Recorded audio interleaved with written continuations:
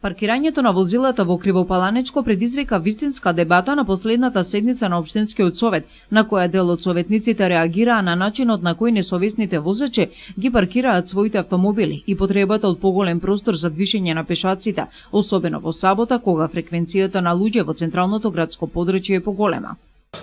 Погледнете вие во сабота што се случува по улицата Главна. Значи мора да дефинираме. Или, ако е дозволено, нека стои на асфалтот. Или да дефинираме да стои на целото возило на тротоар. Точно тие работи треба да ги прецизираме и да донесеме одлука. И посебно имам еден предлог да во саботите, кога е најголема гужва, или во празнични денови, да се забрани како што е за 28 август.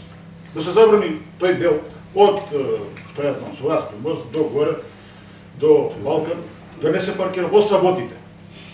Да има луѓето кај да одат, кај да шетат.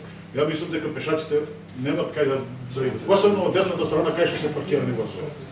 Според раководителот на оделението за урбанизам во општина Крива Паланка Добривој Николовски, потребна е изработка на сообраќаен проект во кој ќе бидат дефинирани условите за паркирање на возилата. Ова е предходница за изработка на сообраќаен проект. Проект за сообраќаен. Самиот сообраќаен проект кој ќе биде реализиран, на кој проект пред да се усвои тука од страна на Советот, ќе мора да даде согласност Министерството за внатрешни работи. Во сообраќајниот проект ќе бидат спазени сите овие услови, овие критериуми за нормално одвивање на сообраќајот.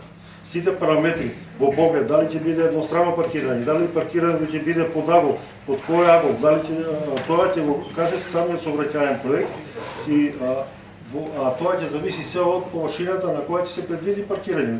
Не значи дека на улицата Свети Јајки Осоговски, пак ќе повторам од Стара чаршија, ајде Стара чаршија да иземе, до всички мост дека секаде може ќе има паркирање. Према процеки ќе си направат стручни велица што се во таа област, нивно согледување ќе предложат, па ние овдека знаејќи ги приликите и неприликите, ќе дадеме своја мисија, па ќе побараме мислење од МВР и се тоа кој ќе се усогласи, кој ќе биде безбедно пред се за одвивање на нормалниот сообраќај и на пешачкиот сообраќај, тоа ќе биде усвоен тој сообраќај, тој сообраќајен проект, а после усвојувањето ќе заживее и оваа одлука.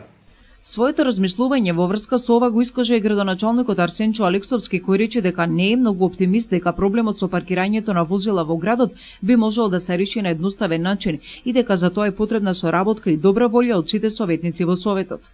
Ние да го решиме проблемот во Паланка со паркинг, со оглед на местоположбата која имаме и со оглед на сите овие слободни површини со кои располагаме, нема шанса да го решиме. Но сепак ова е една појдовна точка, едно согледување каде имаме слободни површини.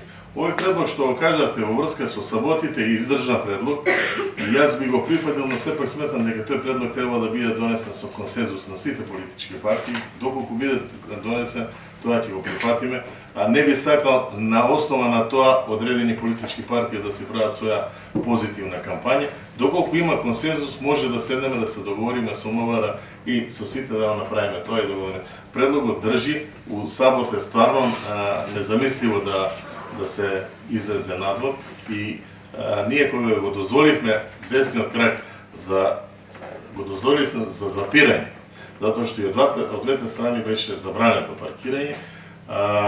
Првата година кога бев градоначалник дојда стопанствениците и се пожалија дека не можат да луѓето не им доаѓаат да купат нешто ради тоа што полиција ги брка, и се договоривме да им се дозволи запирање до 15 минути. Но ние сме такви какви што сме и тоа од 15 минути го правиме пола сат, па 2 сата, па 3 сата и тоа е така како што е. Одлуката за определување на површините за јавни паркиралишта за значење на општината е усвоена. На потек се надлежните за нејзина реализација, а возачите се тие кои треба да помогнат за подобар ефект.